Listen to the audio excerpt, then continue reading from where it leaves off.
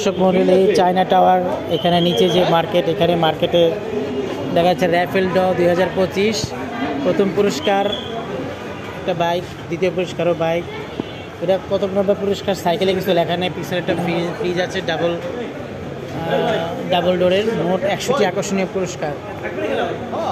এই যে এখানে মাল শার্ট প্যান্ট বা শাড়ি কেনার পর যে একটা কুপন দিবে এবং এই কুপন সহ এখানে মোবাইল নাম্বার লিখে নিচে ফেলতে হবে।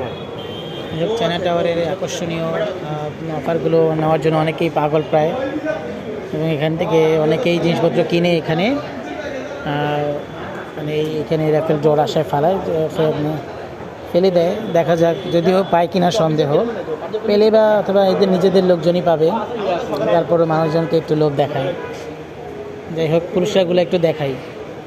দেখি এখানে আবার স্কেলেটরের সিঁড়ি লিফটের ব্যবস্থা আছে। ভেতরটা অসম্ভব সুন্দর, যদিও প্লাস পয়েন্ট এবং ইজি ফ্যাশন একই সাথে অনেক দাম নেবে। তো এখানে কি র্যাফেল ড্রতে আসলে কি পুরস্কার তারা দিচ্ছে এখানে দেখা যাচ্ছে। প্রথম পুরস্কার 250 সিসি মোটরসাইকেল, দ্বিতীয় পুরস্কার 160 সিসি, তৃতীয় পুরস্কার একটি ডাবল ডোর ফ্রিজ, যেটা এই যে পিছে দেখানো যাচ্ছে পিছনে, এবং চতুর্থ পুরস্কার 53 ইঞ্চি টিভি, পঞ্চম 43 ইঞ্চি টিভি। সর্বনিম্ন 100 টাকার পণ্য ক্রয় করলে পাবেন একটি কুপন। ড্রয়ের তালিকা 19 এপ্রিল 2025। অল্টর চায়না টাউন শপিং সেন্টার মালিক সমিতিরা।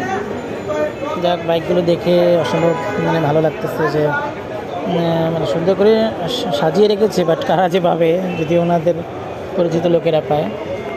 পুরোটা মার্কেট আসলে অসম্ভব সুন্দর। এটার 6 তলা পর্যন্ত মার্কেট, এবং বাকি 8 তলা 7 তলা থেকে 22 তলা পর্যন্ত অফিস। এই 6 তলা মার্কেটের উপর পর্যন্ত দেখা যাচ্ছে। এখানে শেষ, এই ছেলেটাকে দেখা যাচ্ছে, ও র্যাফেল ড্রর আশা এখানে একটা জায়গা কিনছে। এখন জায়গা কিনে সে একটা জায়গা কিনে এখানে ফেলেছে, আর পায় কিনা আল্লাহ জানে। এই দুইজন দুইটা জায়গা কিনেছে।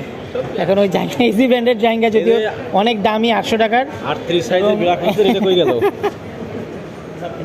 ওই জায়গা কেনার পর এখানে তারা র্যাফেল ড্রর আশায় ফেলেছে।